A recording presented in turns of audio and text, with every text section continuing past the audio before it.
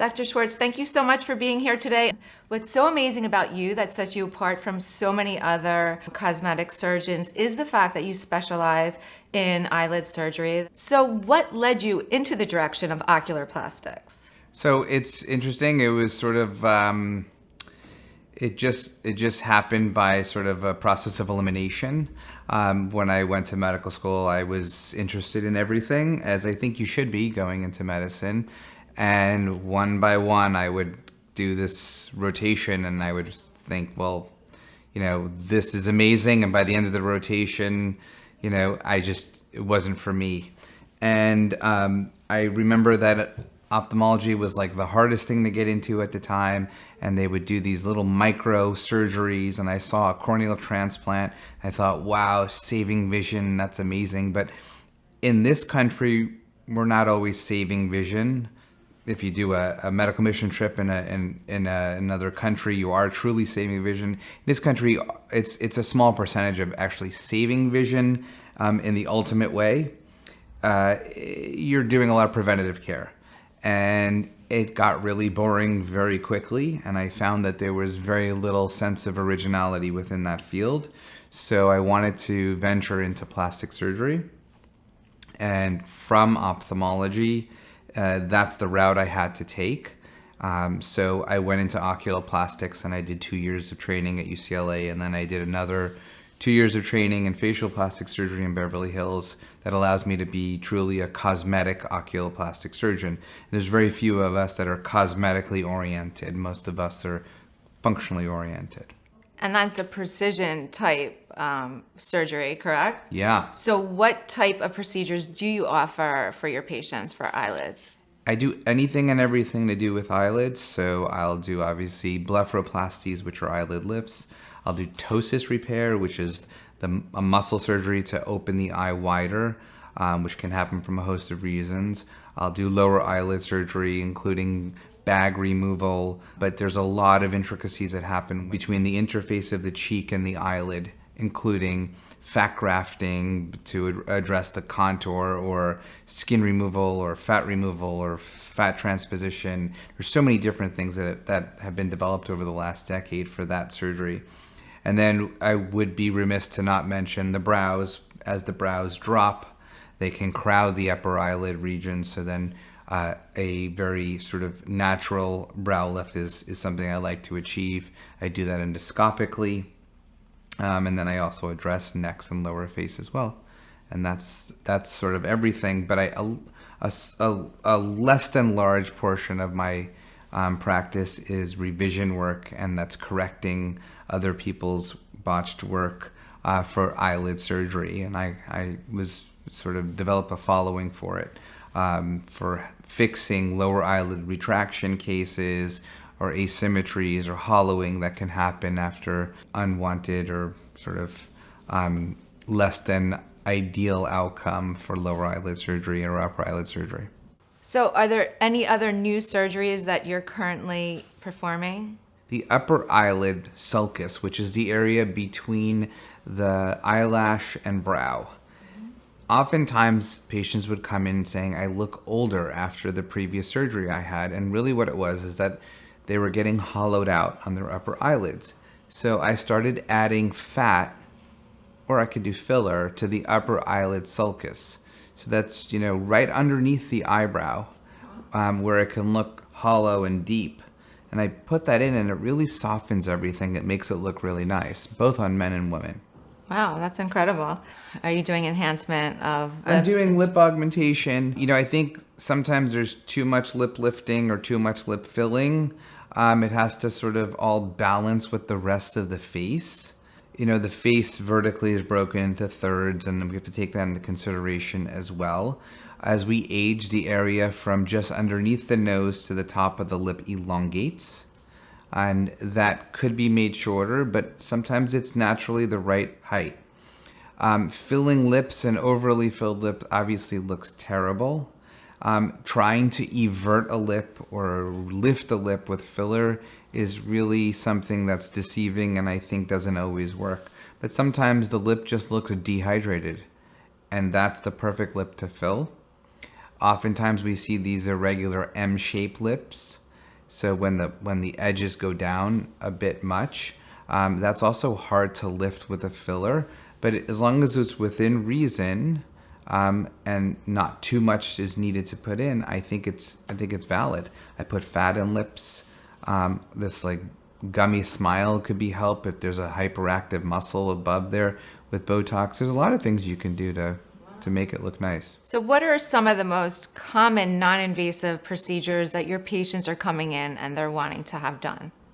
For me, since I'm the eye guy, I do a lot of filler into the lower eyelid for, let's say, tear trough and upper eyelid sulcus. But I think the vast majority of what I need to do is figure out who is and who is not a candidate for it.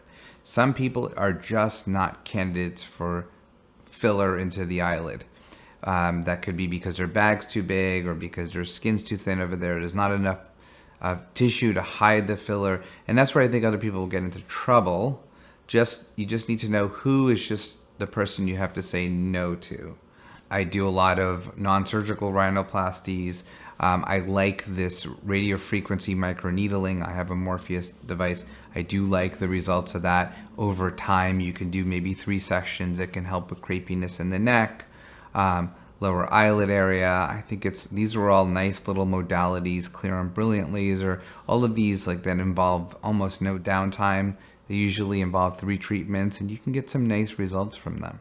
So in terms of surgical procedures, aside from doing a lot of specialty eyelid procedures, are you seeing a lot of neck lifting or face lifting? Is that some of the more frequent requests when your patients come into the office? That's my second most common thing I'm doing other than eyes, are addressing the lower face. So I do a fair amount of face and neck lifting. So one of the largest growing portions of the practice of lately is the neck lifting for men. A lot of men will come in and say, if I could just address my neck, and then usually their lower eyelid bags, and I get a lot of that coming in. Men will address their neck more than the lower face complex, including jowling and jawline. They'll address their necks as they get older. So when you do the neck, does that also include the jawline, or what do you do, an incision under the chin, or You do a little incision on the chin and then behind both ears. Okay. And then I'm able to go to through and through neck dissection, and then do a little bit of a deep neck in the front underneath the chin, and then tighten on both sides, and then remove the excess skin behind the ears. Do you like doing these kind of botched jobs where people come in and then you have to go back in and fix them? Is that difficult? I have to be careful. I don't like taking too many of those on. They're emotionally draining. The patient's expectations were not met the first time around, and they're disappointed in both themselves, the surgeon, and the whole circumstances. So emotionally, we have to address that first. Sometimes I just can't take the patient because of that. So that's a big aspect to it. Those consults take 2 to 3 times longer than a regular consultation. And there's a lot of understanding as to what goes into it. Usually with those cases, I'm taking hard palate grafts from the mouth, sewing them into the lower eyelids. I'm rebuilding the lower eyelid complex. It takes hours to do. The recovery takes longer just to get the shape back of their eyes. And those are a lot harder. So I try to not populate my entire schedule with those. Do you feel that oftentimes plastic surgeons are doing too many procedures on their patients, like overfilling? There's a concept of filler fatigue, and we're seeing that more and more, where they're going to multiple surgeons, they're getting overfilled. But I think through social media, and I think that the public's getting re-educated on not doing that as much. So I'm seeing a little bit less and less of that, which is really nice. What that started from, I think, about 4 or 5 years ago, the concept of line filling, like let's say the nasolabial fold, to fill it less. What they're doing is adding these very hydrophilic fillers that will expand and make the cheeks look nice and round and big. And that type of filler is used often in the mid-face and cheek to provide for like a cheek lift effect. But I think what it's doing is not really lifting the cheek rather than just expanding it outward, creating a too full of a look. And that's where that chipmunky cheek comes from. And to compensate, a lot of times doctors are giving filler just below that area or sort of to try to round it out more, and it just adds to like a bigger face look. There is a dissolving agent that we can use, but some of them are less amenable to being dissolved than others. As a leading eyelid specialist, oculofacial, plastic, and reconstructive surgeon, and you follow an organic lifestyle, you decided to launch your own skincare product line called Orvos Skin Science. I'm currently using the eye cream. I absolutely love it. Great. Yeah. So what prompted you to want to go ahead and launch this eye cream? About 4 years ago, I was doing an inventory of all the medical grade products that we carry, and there were quite a few products, and they're great. We have great results with it, and I liked it. And I just started to read the back of the packaging and to see what was in it. I thought, wow, there's a lot of chemicals in that. Thought nothing of it. So right around that time, there was a product that came out called Glam Glow, which was, for good reason, all the rage, because you can come off a flight looking tired and put a little of this cream on your face and you'll get a glow and it'll look great and you'll look well rested. So I was at an airport. There was a long layover and I went to duty free and I started reading the back of it. And I thought, wow, there's a lot of chemicals in this. A lot of different silicones and things that really just don't belong there. So I dove a little deeper. I started looking at the Environmental Watch Group website just to learn more about like products that are healthier for you. And the general consensus was that the products that are really organic and healthy, they just don't work as well as far as giving that good look and feel to the face. So I figured, let me start this mission to create that. In Europe, the EU has, I think at the time there was 111 banned ingredients to put in skincare. Wow. Canada has 135 banned ingredients, and the US has 11.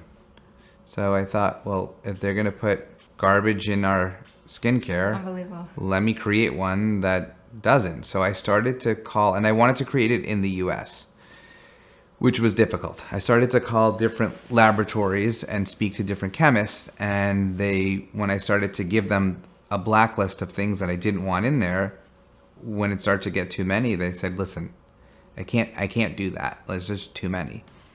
Sure enough, labs in France, and they were all, it was just easy to do it there. Same thing, I started with a lab in Montreal, and it was easy. They said, of course, we won't put that in. We have substitutes. Eventually, I found a lab on the East Coast in the US that was willing to play in that arena. And by then, it was a couple years have passed.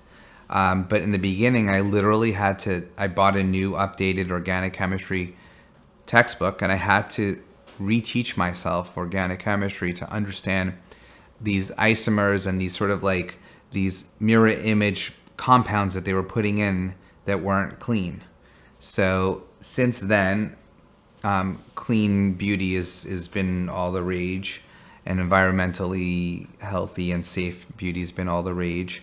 So I'm sort of, writing that now, I think. But I created Orvos. Orvos means doctor in Hungarian, and my family is from Hungary, which values skincare since an early age. And that's why you look so good. No, thank you. Your skin Thank is you. beautiful. Good for 80, right? So I decided to create a line like that. And since eyes are my thing, I started with an eye cream. And I'm branching out from there. But I do think it's the best one out of the market, and I'm proud of it. And it's all organic. It's loaded with antioxidants, anti-aging. Yeah, it's all plant-based.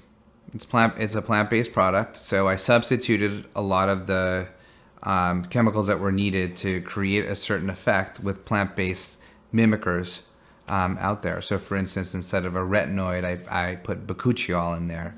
Instead of a powder of ascorbic acid and vitamin C, I put in kakadu plums and things that can mimic these kinds of things, benefits that we'd want from them.